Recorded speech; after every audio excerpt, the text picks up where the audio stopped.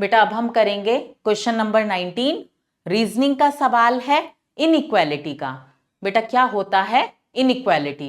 बेटा इनइक्वल का मतलब होता है नॉट इक्वल। अगर मैं कहती हूं कि ए और बी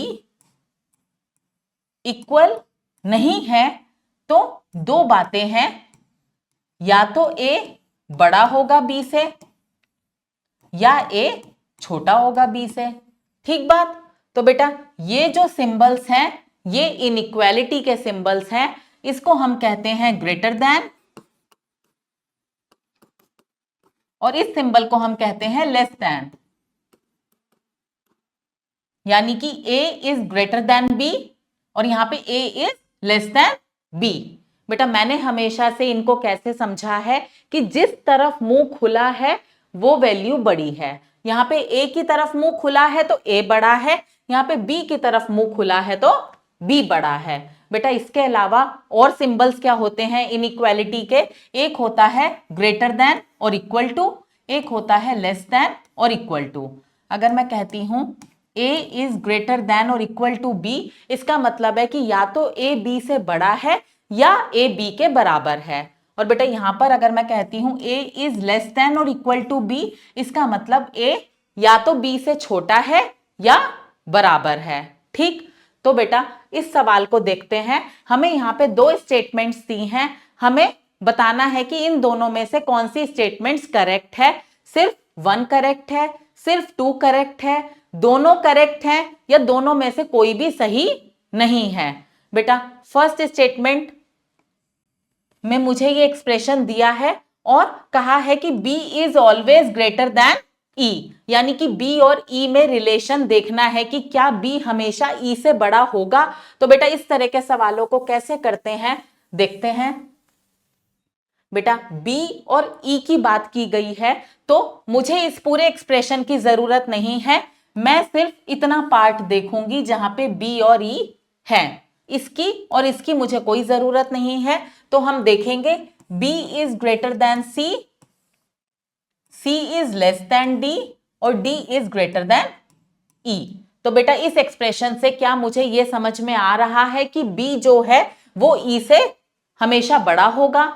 बेटा जहां पर भी इस तरह से दो ऑपोजिट साइन आ जाते हैं वहां पे हम कोई डेफिनेट कंक्लूजन नहीं बता पाते, ये बात कंफर्म है। यहां पर आप देखो कि B बड़ा है C से और D भी बड़ा है C से, तो बेटा दोनों C से बड़े हैं लेकिन दोनों का आपस में क्या रिलेशन है ये हमें नहीं समझ आ रहा कि B D से बड़ा है या B D से छोटा है। तो बेटा अगर B और D के बीच में हम रिलेशन स्टेब्लिश नहीं कर पा रहे तो हम B और E के बीच में भी नहीं कर पाएंगे। तो ये कहना कि B is always greater than E ये है रॉन्ग। बेटा बहुत ही आसान सवाल है। अगर यहाँ पे इस तरीके से सारे सिंबल सेम होते, ग्रेटर देन के होते, तो मैं आसानी से कह देती कि E से बड़ा D, D से बड़ा C, C से बड़ा B, यानी कि B E से भी बड़ा है। ठीक बात। तो मैं कह देती B is always greater than E, लेकिन हमें ये नहीं दिया बेटा, हमें क्या दिया है B is greater than C, C is less than D। तो बेटा अगर C से बड़ा B भी है, C से बड़ा D भी है, तो B और D में आपस में कौन छोटा कौन बड़ा कुछ समझ नहीं आ रहा, तो कोई डेफिनेट कंक्लूजन हम नहीं निकाल सकते। तो फर्स्ट स्टेटमेंट तो हो गई रॉन्ग। अब बेटा सेकंड स्टेटमेंट क्या कहती है? If this is the inequality then S is always less than V, कि S हमेशा छोटा होगा V से, या मैं कहूं V हमेशा बड़ा होगा S से। तो बेटा S और V जहां पर है सिर्फ हम इतने पार्ट को एनालाइज करेंगे, बाकी की हमें जरूरत नहीं है। S is equal to T less than equal to U is equal to V। ठीक बात। बेटा यहां पे S और T बराबर हैं, तो अगर मैं T की जगह पर S लिख दूं कोई दिक्कत नहीं है।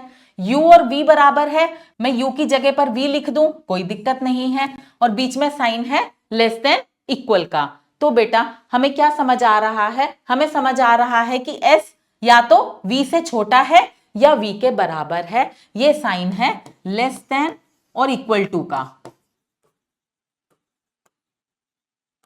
और हमें स्टेटमेंट में क्या दिया है?